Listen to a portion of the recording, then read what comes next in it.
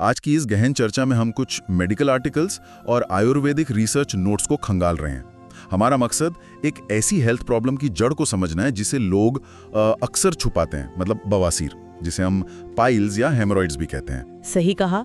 और हम आज यही विश्लेषण करेंगे कि बढ़ती उम्र के साथ ये समस्या इतनी क्यों बढ़ जाती है और जो हमारी सोर्स मटेरियल में आयुर्वेदिक या लाइफस्टाइल सॉल्यूशंस दिए गए हैं वो असल में कैसे काम करते हैं। तो इस समस्या को थोड़ा डिटेल में समझते हैं। ये आखिर शुरू कहाँ से होता है? आप देखिए, इस समस्या को समझने के लिए ना सबसे पहले इसके पीछे का बेसिक साइंस देखना होगा। आसान भाषा में अगर कहूँ तो बवासीर गुदा यानी अनस के अंदर या बाहर की नसों में सूजन और मस्से बनने की एक मेडिकल कंडीशन है। अच्छा। हाँ, और हमारे सोर्सेज में एक बहुत ही दिलचस्प पैटर्न सामने आता है कि बढ़ती उम्र के साथ इसके केसेस इतनी तेजी से क्यों बढ़ते हैं।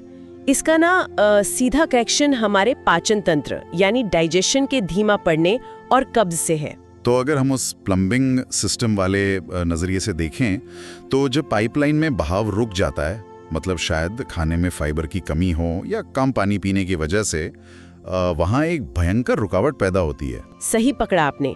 और उसी रुकावट को हटाने के लिए बॉडी को मल त्याग के समय बहुत ज्यादा जोर लगाना पड़ता है। ये जो एडिशनल दबाव होता है ना, यही उन नसों को गुब्बारे की तरफ फुला देता है। बाप रे, गुब्बारे की तरह? हाँ, और इसके अलावा हमारे मेडिकल नोट्स में एक और बहुत बड़ा ट्रिगर बताया गया है, लंबा समय कुर्सी पर बिताना। जी जी। मतलब ह्यूमन बॉडी लगातार 9 से 5 तक कुर्सी पर बैठे रहने के लिए नहीं बनी है। हाँ बिल्कुल, हमारा स्ट्रक्चर तो मूव करने के लिए। वही ना, जब हम घंटों बैठे रहते हैं तो ग्रेविटी और पेल्विक हिस्से के वजन के कारण सारा खून नीचे की नसों में जमा होने लगता है, जिससे ये दबाव और भी ज्यादा बढ़ जाता है। इसका मतलब है कि सिर्फ पेट की खराबी ही नहीं, हमारी जो ये मॉडर्न लाइफस्टाइल है ना, वो भी सीधा नसों पर वॉर कर रही है। और जब ये नसें सूज जाती हैं तो उसके बाद वो दर्द होना, खून आना या अनबेरेबल जलन जैसे सिम्टम्स शुरू हो जाते हैं। एग्जैक्टली। यही वजह है कि हमारे पास जो ये रिसर्च और आयुर्वेदिक नोट्स हैं वो सबसे पहले इस दबाव को कम करने पर जोर देते हैं। इसके लिए एक बहुत कॉमन सोल्यूशन बताया गया कि रात को सोने से पहले गुनगुने पानी के साथ 1 चम्मच त्रिफला चूर्ण लिया जाए। वेट, 1 मिनट, त्रिफला या कोई भी चूर्ण क्या रातों रात असर करने वाली कोई मैजिक पिल है?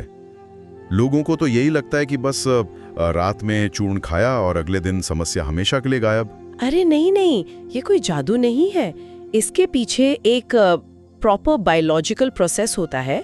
त्रिफला आंतों की मांसपेशियों को एक्टिव करता है, जिससे जो रुका हुआ माल है वो आगे बढ़ता है।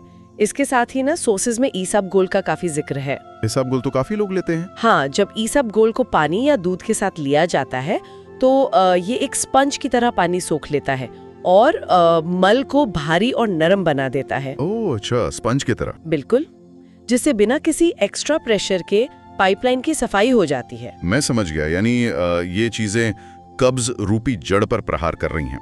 लेकिन उन लोगों का क्या जो पहले से ही भयंकर दर्द और सूजन से परेशान हैं? सोर्स मटेरियल में एलोवेरा और नारियल तेल के साथ कपूर के मिश्रण का भी जिक्र है। पर एक बात बताइए, कपूर तो हम आमतौर पर पूजा में या सिरदर्द में इस्तेमाल करते हैं, उसे ऐसी सेंसिटिव जगह पर लगाना सेफ है? जलन नहीं होगी? ये एक बहुत ही वाजिब सवाल पूछा आपने। दरअसल नारियल तेल स्किन को मॉइस्चर देता है और फ्रिक्शन को कम करता है, और जो कपूर होता है उसकी तासीर ठंडी होती है। ठंडी होती है? मुझे लगा गर्म होती है। नहीं, ठंडी होती है।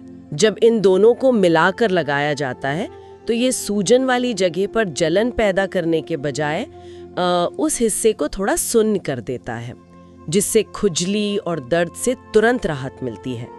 इसके अलावा सूजन कम करने के लिए एक सिट्स बात की भी सलाह दी गई है, यानी 10-15 मिनट गुनगुने पानी में बैठना। गुनगुने पानी में बैठने से क्या होता है? मतलब क्या ये सिर्फ रिलैक्सेशन के लिए है? नहीं, इसका असर बहुत गहरा है। गर्म पानी गुदा के आसपास की स्फिंक्टर मसल को आराम पहुंचाता है। इससे ऐंठन कम होती है और उस हिस्से में ब्लड फ्लो यानी रक्त संचार बढ़ जाता है। ये जो बढ़ा हुआ ब्लड फ्लो है ना, वही उन सूजी हुई नसों को जल्दी हील करने में मदद करता है। तो अगर मैं इसको सही से समराइज करूं तो नारियल तेल, कपूर और सिट्स बाथ जैसे बाहरी उपाय दर्द और सूजन वाले अलार्म को बंद कर दें, जबकि जो असली काम है यानी आग बुझाने का काम, वो इसबगोल, त्रिफला, दिन भर में 8-10 ग्लास पानी और फाइबर वाली डाइट करती है। बहुत ही सटीक विश्लेषण किया आपने। डाइट और लाइफस्टाइल बदले बिना ये बाहरी उपाय सिर्फ कुछ देर की राहत दे सकते हैं, कोई परमानेंट इलाज नहीं। और यहीं पर ना हमारे सोर्सेज में एक बहुत ही सख्त चेतावनी भी दी गई है। क्या चेतावनी है वो? मसालेदार और तले हुए खाने से तो बचना ही है, लेकिन अगर समस्या इस हद तक बढ़ जाए कि ब्लीडिंग बहुत ज़्यादा होने लगे या दर्द बर्दाश्त के बाहर हो जाए, तो सिर्फ इन घरेलू नुस्खों के भरोसे बैठे रहना खतरनाक हो सकता है। ऐसे में तुरंत डॉक्टर से मिलना चाहिए। सही बात है, यानी जब पाइपलाइन सच में बुरी तरह डैमेज हो जाए तो फिर किसी प्रोफेशनल डॉक्टर के पास ही जाना चाहिए। घरेलू उपायों की भी अपनी एक लिमिट होती है।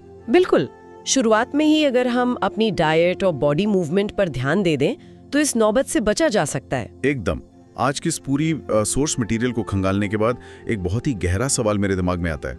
हम आमतौर पर ये मानकर चलते हैं कि पाचन की ये जो समस्याएं हैं ये बढ़ती उम्र का हिस्सा हैं, लेकिन क्या आज के दौर की ये जो लगातार स्क्रीन के सामने बैठे रहने वाली मॉडर्न लाइफस्टाइल है वो हमारे शरीर को समय से पहले ही बुढ़ापे वाली बीमारियों की तरफ तो नहीं ढकेल रही है? इस विषय पर सबको जरूर सोचना चाहिए।